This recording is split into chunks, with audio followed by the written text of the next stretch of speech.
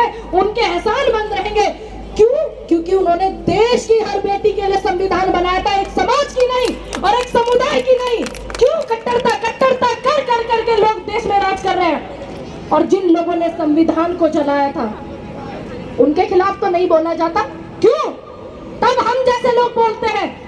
मनीषा वाल्मीकि का बलात्कार हुआ, अरुण वाल्मीकि को थाने में पीट पीट करके मारा, तो हम जैसे लोगों ने आवाज उठाई थी और उठाते रहेंगे, और इस हद से आवाज उठाई थी कि वो देश की बेटी है, वो देश का बेटा है। इस हद से नहीं कि वो दलित की बेटी है या दलित समाज की है या ब्राह्मण समाज की है। मैंने आवाज उठाई इस हद से, इस हैसियत से कि वो देश की बेटी है।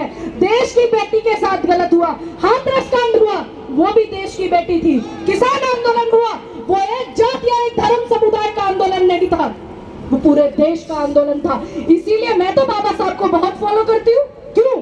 क्योंकि उन्होंने संविधान बनाया था पूरे देश के लिए, पूरे देशवासियों के लिए। अकेले एक समाज, एक समुदाय, एक धर्म, एक व्यक्ति के लिए नहीं।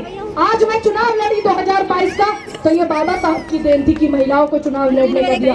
आज मैं आप लोगों के बीच में यहाँ खड़ी हूँ, लोकतंत्र देश में हूँ, और आवाज उठाऊंगी जब तक सांस में सांस चलेगी। और ये आवाज उठाने का अधिकार बाबा साहब ने दिया, संविधान ने दिया। आज देश में संविधान को बचाने की लड़ाई कौन लड़ रहा है भाई? कौन लड़ रहा है? 4 फोटो सेशन कराने से लड़ाइयां नहीं लड़ी जाती है, आंदोलन किए जाते हैं। हम कर रहे हैं, हम आवाज उठाते हैं।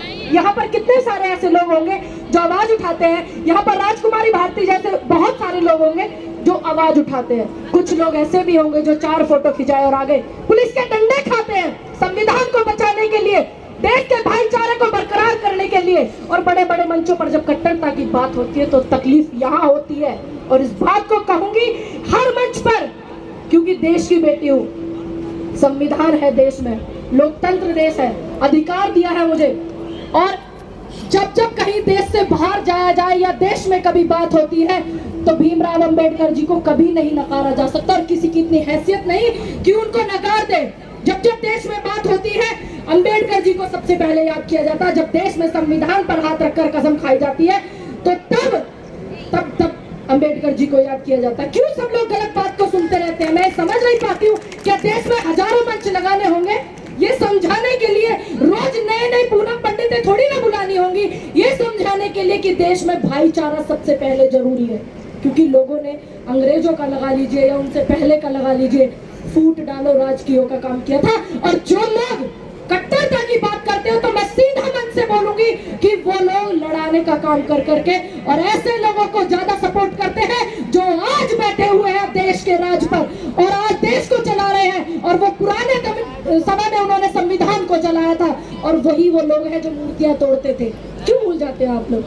यहाँ 4 बातें बोलने से, मैं माफ कीजिएगा किसी को मेरी बात अगर बुरी लगी हो, मैं गलत नहीं सुन सकती, चाहे वो देश का कितना ही बड़ा मंच क्यों ना हो। और मेरी नजरों में सबसे बड़ा जो मंच है वो देश के अन्नदाता का मंच है, किसानों का मंच है सबसे बड़ा। और सभी मंचों का मैं सम्मान करती हूँ। उसी की कड़ी से निकले हुए बाबा भीमराव अंबेडकर है, तो मेरे लिए सर्वोपरि मंच वो है। मैं उस सबसे बड़े मंच से मैं कहती हूँ कि हाँ मुझे एतबार है कट्टरवाद से, हाँ मुझे एतबार है एक जात या धर्म की बात करने से, बिल्कुल है।